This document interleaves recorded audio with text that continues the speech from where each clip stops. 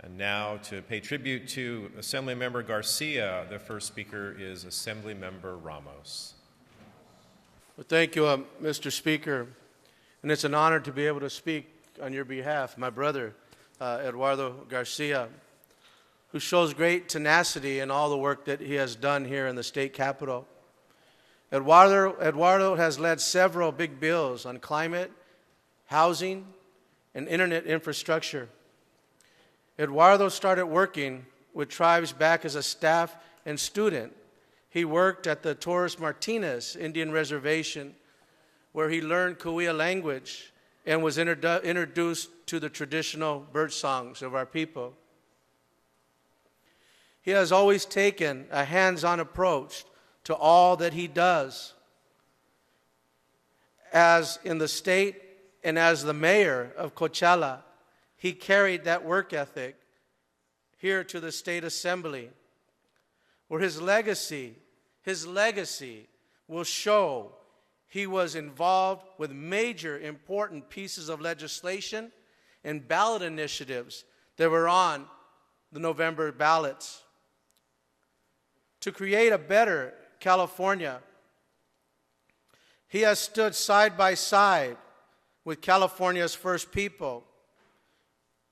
He stood side by side on issues early on in his life that brought awareness around a federal law called Public Law 280 that stripped California tribes of their true policing authority.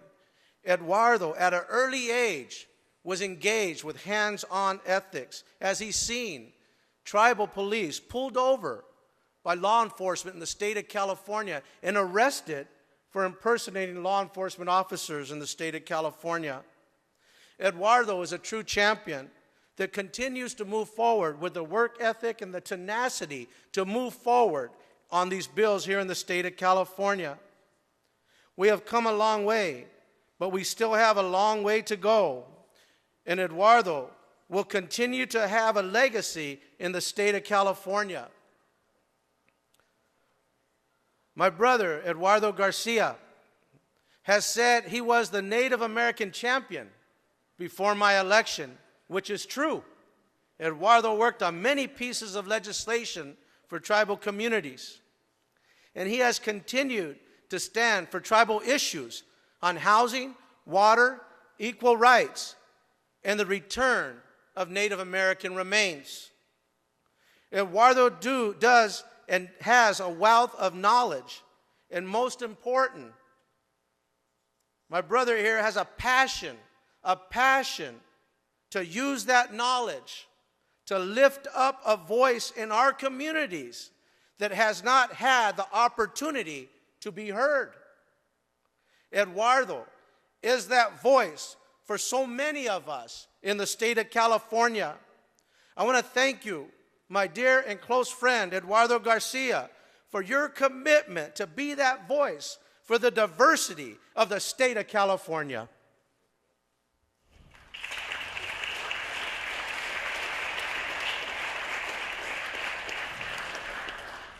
Assemblymember Cervantes, you are recognized. Thank you, Mr. Speaker and members. It is my distinct honor to speak about our Assembly colleague from Coachella, my good friend, Eduardo Garcia. As many of you know, I grew up in the Coachella Valley, and so Eddie and I go way back. In fact, Eddie became the first elected mayor of the city of Coachella. In many ways, we are all lesser for the fact that Eddie will no longer be a member of this House, a member of our legislature. Yes, Eddie is very proud to represent the Coachella Valley in Imperial County. He shows it in the swag I think that most of us have, whether it's wearing a CV hat or a jersey, a t-shirt, or the new hair comb he's passing around. His tireless advocacy on behalf of the community is known to all of us. He represents one of the geographically larger districts in the Assembly, so he has to do a lot of work to show up in the communities that he represents. It is no wonder that his hashtag of choice on social media is Garcia on the go.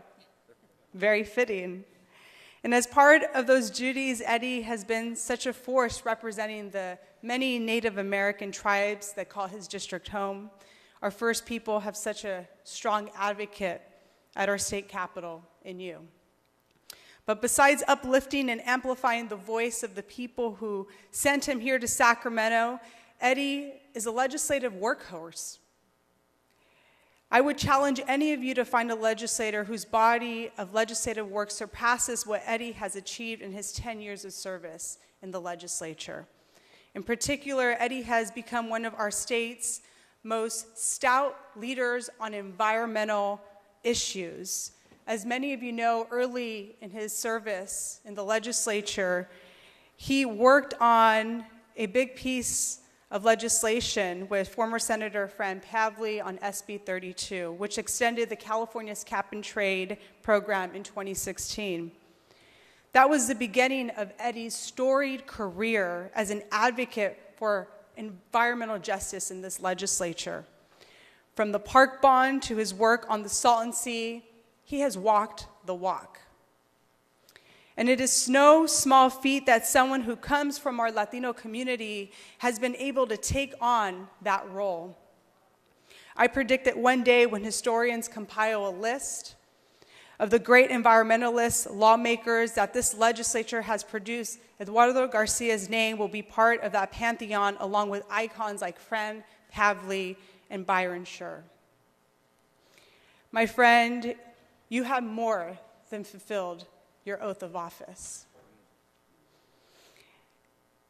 And we are all better members of this body because we've served with you. It has been such an honor to not only call you a friend, but it's been an honor to serve with you. And I know that your wife, Stephanie, and your children have also endured a lot with you traveling back and forth. But I know they're equally as proud because you've been one of the strongest voices that our community has ever had. So thank you for fighting for us every single day. We will miss you, but I know your work continues. Congratulations, my friend. Thank you, Assemblymember Cervantes. Assemblymember Garcia, you are recognized. Thank you, Mr. Speaker and colleagues. I am touched by the words of our colleagues, and I appreciate the attentive attention to all of you as I give my thank yous, my appreciations, my gratitude to have had the opportunity to serve in this great institution. I'll start by, recognizing, the two individuals who have just spoken. James, a colleague from Highland, when he heard that I told some of you that I was the James Ramos before James Ramos got here championing tribal issues, you better believe I got a call from him very quickly. And it got out there fast. And I said, it's just a fact. But we are proud. We've learned a tremendous amount from the arrival of our colleague from Highland, who has shed light on many issues that our First People face, that I have been nothing but a student when it comes to how much our colleague from Highland has contributed to this body, to this institution, to build on the work that has been done way before anyone got to this legislature. But truly, it's been an honor calling you a friend and a colleague, and thank you so much. To our colleague from the Riverside area, I mean, what can I say? Your father has been a mentor, and when he says to me, Sabrina's running for the assembly, I need you to be there and look out and look after and be supportive, it was not, I don't even know why he asked, to be honest with you. It was just natural that we were going to be there and make sure that your arrival was one in which you felt like you were at home, but at the same time hit the ground running to do the work of the people that sent you here.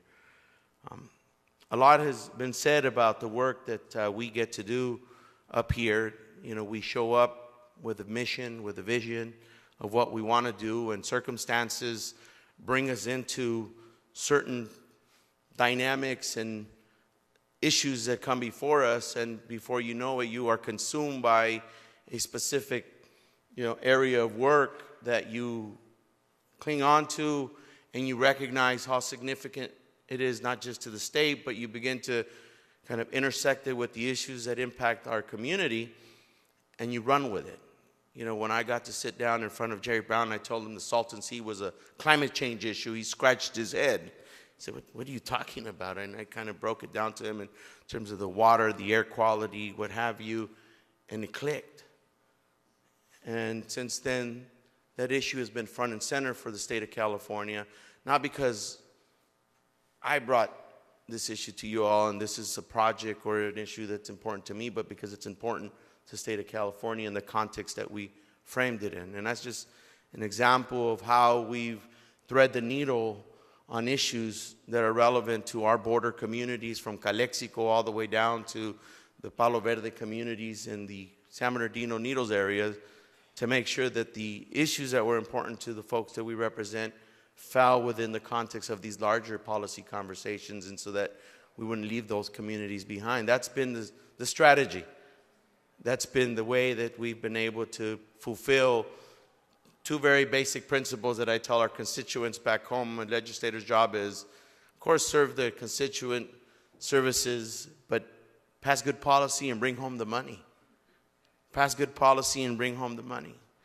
And I hope that our constituents feel that we've fulfilled that two very basic requirements of what our job is up here. Transition to thanking the team.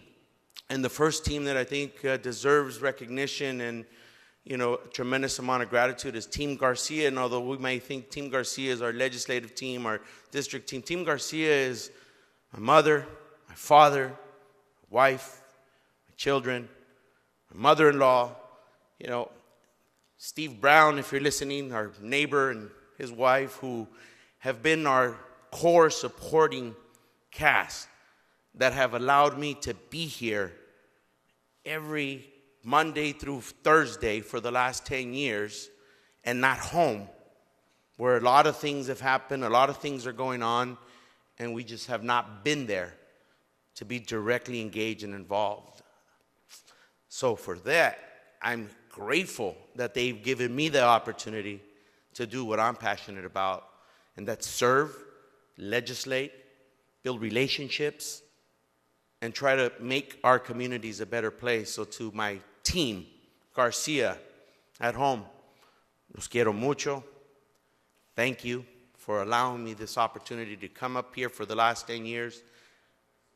I know that there's been a lot that we've missed, a lot that's happened, but Garcia, hashtag Garcia's going home is now, the new message. To the team here, Team Garcia, our capital team, our district team, you've all done an amazing job shepherding our ideas, our innovation, and we've done it together. And you've built your own trajectories in the district, here in the capital, that you're all going to do great things. I would like to name them all, but I will miss someone, and they will be mad. And then, there goes this moment, right?